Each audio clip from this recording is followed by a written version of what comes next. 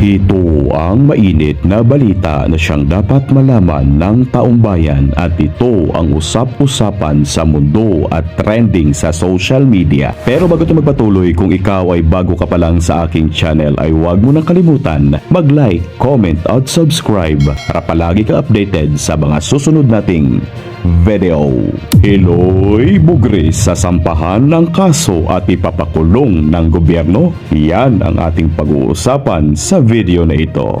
Usap-usapan ngayon at trending sa social media matapos targetin ng gobyerno ang tatlong vloggers na umano'y nagpakalat ng maling impormasyon tungkol sa kalusugan ni President Bongbong Marcos. Kinumpirma ng Presidential Communications Office o PCO na isinampana nila sa Department of Justice ang mga affidavit para imbestigahan at kasuhan ang mga nasa likod ng mga account kabilang na si Eloy Bugris, the Queen of Revelation. Ayon sa PCO, naglabas umano ng mga malisyoso at gawa-gawang content ang mga ito, kabilang dito ang live broadcast na nagsasabing critical ang kondisyon na di umano ni Bongbong Marcos. At dahil dito, posibleng humarap sa cyber libel at iba pang kaso ang mga sangkot. Agad naman pumalag at walang takot na bumuelta si Eloy Bugris at nirisbakan ang Presidential Communications Office. Ayon kay Eloy Bugris, hindi siya natatakot at handang harapin ang mga kasong isasampa laban sa kanya.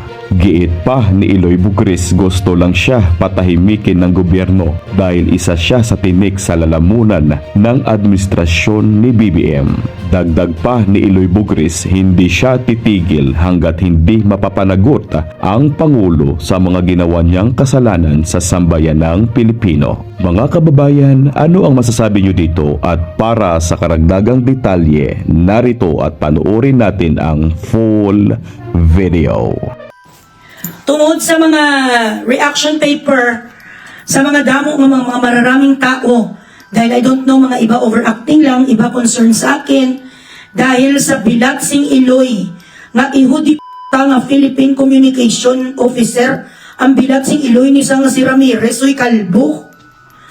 Hurt ka, sir?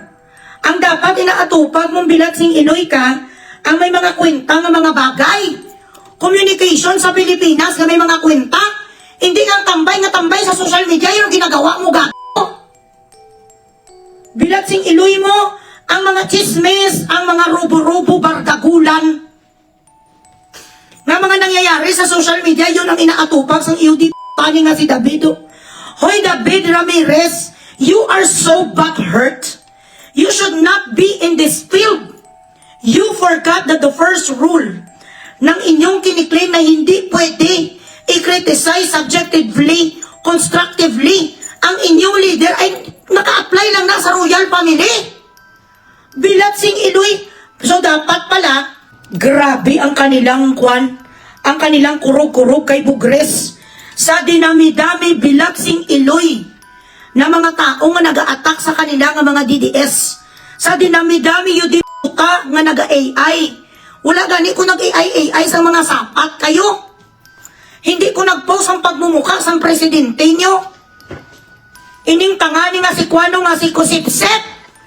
Inutusan ka sang unano mo nga ama nga si Satanas. Kung totoo kayo nga mga profesional, kag totoo ang inyong mga balak, imbestigahan sa mga overacting dyan nga nagsasabi bilagsing Eloy nga okay ka lang, Loy? Ano ka na, Loy? Ano na? Tawag nito, deportation is waiving, chururot, isa lang na. Ang ibig sabihin, kung bakit kailangan din i-announce ang kalbo nga maraming kabet. Isa-isahin ko hanap ang kirida mo, kagang lahat ng mga bastardo, at baka bading ka pa, David Ramirez nga gunggong. Alam mo sa ginawa mong ito, you just nailed the truth that Bugris is somebody na talagang nagpapasakit na hindi lang sa ulo nyo, kundi tinik sa inyong lalamunan. I am that effective after all. My impact is so strong that the palace where you reside right now shakes. Yun ang totoo. Bilagsing Eloy si Maharlika, gani yun di ka pulburon. Si Bangag, una-una nga nag-announce kasi pulburon kay She. Or na 50-50 bilagsing Eloy sa sa ospital si Maharlika, way mo gani, yun di kanilista. Nagkurog ang itlog, ma. Yun di po. Of all the things that is happening in our country right now, the poverty, the crisis, unemployment, calamities, the flood control, the maletas na ninakaw nyo, trilyon-trilyon na peso ang ninakaw nyo sa amin, Bilaksing Iloy, hindi nyo gani ginaimbestigaran ang mga alleged na nakatanggap sa malita. Uy, gago! Gago Ramirez, ina mo! Nagpasikat sa kay tawag ni kay Vungvung sa presidente nga si Marcos na kailangan gini-announce. Sinong nanggigigil sa akin? Si Claire o si Lisa Tanas? Dahil ginapanglait ko ang mga yudiputa, so anong ibig niyong sabihin? Kahit nakikita namin na hindi kami konforme sa pamalakad ng pamahalaan, kami ay tatahimik lamang. Nakikita namin ang pagnanakaw niyo sa amin, lumabas ang mga balita tungkol kay Diskaya, mga ghost project ng flood, ng baha. Trilyones Bilaksing Iloy nilagay sa mga balita, hinatid sa iba't ibang mga iyudipta ng mga congressman kag congresswomen. And you expect Filipinos to shut up? Ngayon, may mga taong katulad ko na lumalaban para sa hustisya namin.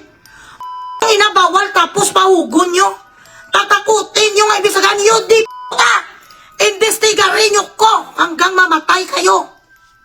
Investigar? Bakit hindi nyo investigarin? Ang lahat ng mga Bilaksing Iloy, nga mga drug lord, ang lahat ng may mga laboratory sa mga druga sa Pilipinas, mga kidnap for ransom, mga magnanakaw, mga criminal rapists that put a sting sa ating bansa, ang mga kurap na katulad nyo, bakit hindi nyo bistagaran ang inyong sarili? Bilaksing Iloy, this is what you do to undermine the Filipino people. This is what you do to those mouth who doesn't like to stop. Lips that keeps on moving and fucking intelligence that doesn't wanna rest. Anong ginawa nyo kay Congressman Kiko? Pinahuli nyo siya because he tells the truth. Kalayo-layo na dito sa akin, yung di puta, gusto pagkit ko nila dalaganon. I am not going to stop fighting for justice for my country. I am not going to be like Madriaga. I am not going to be like those people that you paid, like Maligno, like Gasul, like Bilaksing Iloy, Bigaon, Kaplog. Nga lahat nga nakaupo dyan sa House of Representatives na gustong dautin si Vice President Sara. This is how important my impact is and my effect. Because instead of you taking care of the Filipino people right now to give employment to those who are suffering, to delete or to eradicate excise tax that was written by Recto, the appeal and the prayers of the Filipino people to at least ease out on the taxes so we could have at least a little bit of something after our salary is given to us. Ang mga pagsusumamo ng mga Pilipino na kahit papano sana bigyan tayo ng mga rollback. Nasaan ang promisa sa presidente na pababain ang bigas? Hanggang ngayon wala pa rin. Nasaan ang promisa nga may rollback na malaki? You control the gas companies. You control the giant Shell and Texaco. You control the prices. Gusto niya mamatay ang mga Pilipino, dilat ang mata. And there are few people who really fights for the rights of the Filipino. There in abroad. Alam nyo, sa ginawa nyo, pinakita nyo, nga ginapaingistagaran nyo si Iloy Bugres, Bilaksing Iloy online or whatsoever, it simply means that I matter. It simply means that everything I say has an effect. And somehow, for some bizarre reasons, I am so fucking thankful that Malacanang heard my voice, that I came to your attention, that the power of my points of view, the power of my opinions has got your attention. That is not something that any vlogger or influencer could get overnight. And I've been very vocal about my frustrations, about my hurt, about the hurt of the rest of the Filipino people, how you demean our Vice President, how you kidnap Tatay Digong. Sentimiento ito ng isang Pilipino na nagbabayad ng tax, nagpapadala ng mga remittances for the past 20 years I have been. But a taxpayer religiously to our country for the past 21 years. I have never committed a crime. I have no convictions. I did not kill anybody. I did not rape anybody. I did not put anyone's house on fire. I did not take one single cent from the government. Wala akong tinakbuhan na kahit sino nga mga atraso sa Pilipinas. Ako lang ang nagrabyo ng maraming tao pagkatapos ako gamitin. And yet, instead of calling out or filing cases or catching people who are really criminals in our country, ang mga drug addicts na yun ang sanhi kung bakit maraming pinapatay na mga Pilipino, na mga ordinaryong Pilipino, ang mga nagnanakaw sa ating pera sa bayan, ang nakita niyo ang mga taga-SOCMED. Ang nakita niyo ang katulad sa akin na matapang, na matalas ang bibig. This is a mini martial law. You are so triggered because yesterday I explained to the people that the reason why hindi tayo pumapalag na itong presidente nila ay Taishi na. Dahil magkakaroon ng civil war. Mag-aalsa ang mga tao. And this is what we are avoiding. They keep triggering us. They keep on pushing us to the limit. They keep on putting our backs on the wall. Para mag-alsa tayo. And that would give him more power. Na para magkaroon siya ng kapangyarihan na i-martial law tayo. There would be no elections anymore. Our voice wouldn't be heard anymore. We will not have our rights to speak our mind, to disseminate information and all. Kino-question nyo at tinatanong, sinasabi nyo na fake news kami ng iilang mga kapwa ko influencer sa health ng ating presidente. Isn't it that you yourself told us that he was going through a crucial and severe diverticulitis? You made it sound it was something okay, but you haven't given us to our satisfaction what is the real score of our president until kayo ang naglagay ng insinuation na siya ay doon nagatugumatayo nasa ospital. Kayo ang nagabigay sa mga tao sang duda, the doubts, the confusions of the Filipino people. You haven't addressed that yet properly. You have not presented any medical certificate by a third party that is not partial.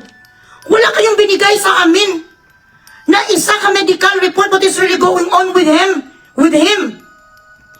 And then here we are, those citizens who loves our country, very patriotic like me, that is so concerned kung saan ba patutungo ang Pilipinas.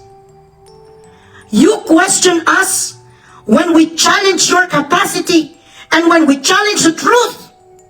You question those people like me who does not sit and watch Philippines deteriorate. I want you to know this, Malacanang, and whoever you are right now, who tries to convince the Filipino people, whoever you are, if you are the president, you are a clone or whatsoever, in my heart and in my mind, you've been dead to me a long time ago. When you kidnapped Tatay Digo a year ago, wala ako sa may ginakilala nga presidente. And I will never bow down to any of you. You kidnapped the very man who gave pride to the Filipino people, who saved lives of those OFWs who were about to be killed, who gave us again the chance to live in foreign countries with head up high. Kinuha niyo ang pinakamamahal na presidente ng mga Pilipino, the very man who put you where you are right now. You made an executive decision when you ran for president and you manipulated VP Sara to set aside her plans to give way to you. Because you have already made your plans na gusto mo maupo katulad ng iyong ama. Yun ang iyong ginawa. Tapos ngayon, sa katulad ko, anugid ko, 2.2 million lang ang followers ko. Sinugid si Bugres. Anugid si Bugres. Isang maliit na tinga. Dito bilat sing Iloy sa ngipin nyo, hindi kayo nakakatulog. Naiinis kayo sa busis ko. Naiinis kayo sa mga pinagsasabi ko dito online. Why?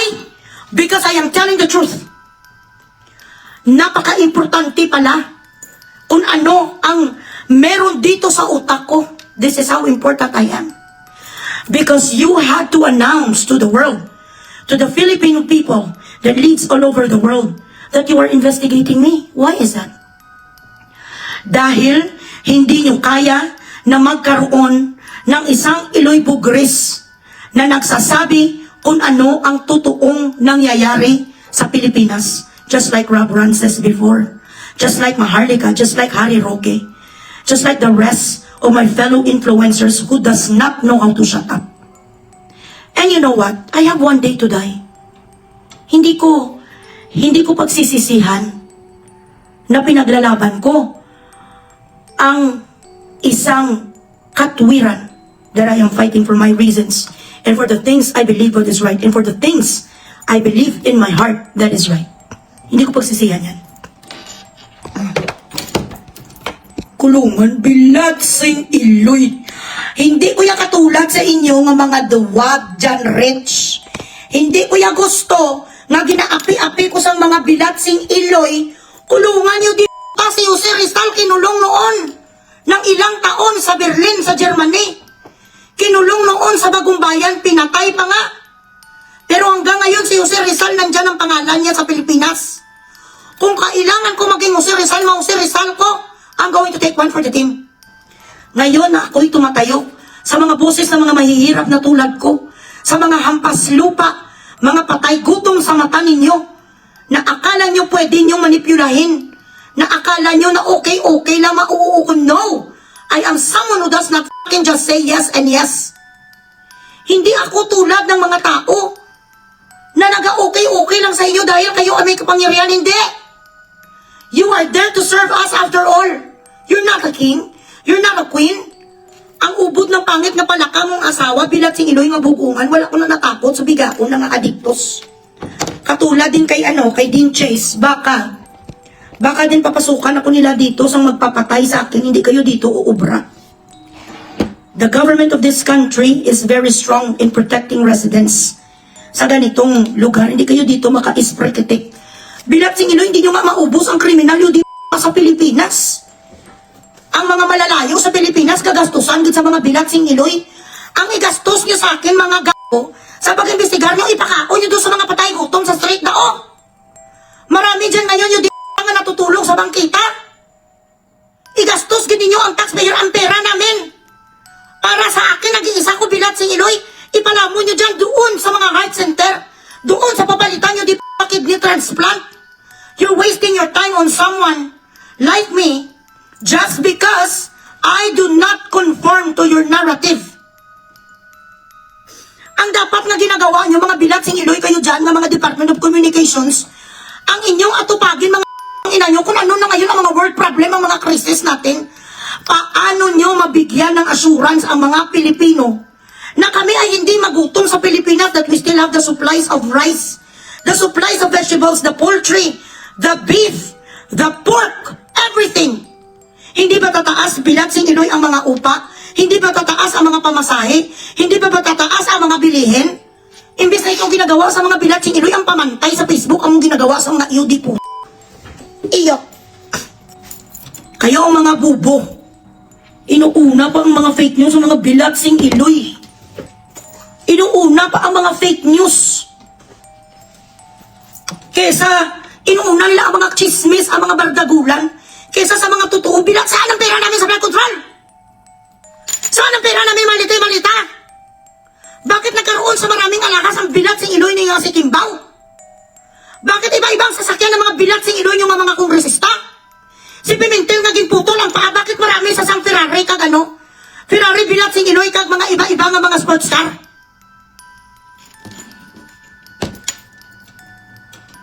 Iba-iba ang mga mansyon sa mga ina ng mga congressman.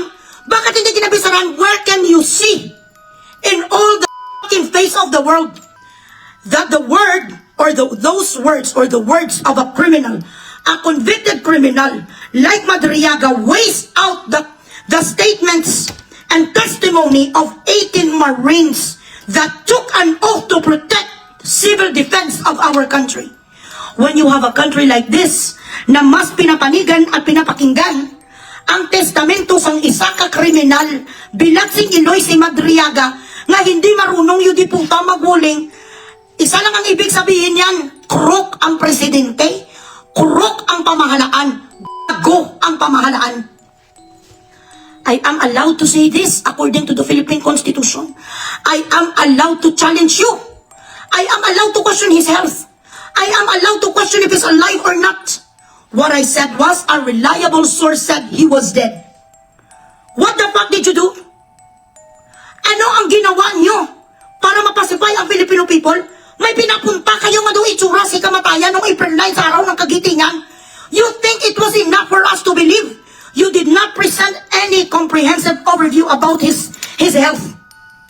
Wala kayo pinakita, yung diputa na ito as per John Hopkins.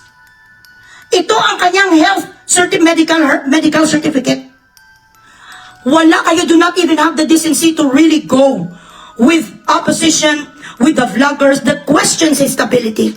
The question is health stability. Okay, puntak tayong lahat sa St. Luke's. Magpapagamot at magpa-check up ang presidente natin. Present kayo sa CT scan, present kayo sa MRI, present kayo sa mga ganito. We have the right to do that. Sabi sa konstitusyon natin, why do you want to investigate me? Investigate kidnappers, investigate murderers, investigate drug lords. Just because I have the guts, I have the strength, I have the wit to challenge your job when I'm supposed to do that, because that is what the Constitution dictates. Iimbestigaran ko sa mga bilitsing Iloy nga wala gani ko dasang kriminal yun di nga conviction sa Pilipinas. Hindi nyo gani mahuli yun di si atong ang nga gine-question sa sang 69 kabilog na naglutaw sa Taal Volcano. Niyota. Maraming salamat sa inyong walang sawang panunood. Kung meron kayong komento at suwestyon, mag-comment lang kayo sa comment section. At para sa mas marami pang video na katulad nito, huwag kalimutan mag-subscribe sa channel na ito. As always, maraming salamat sa walang sawang suporta. And goodbye.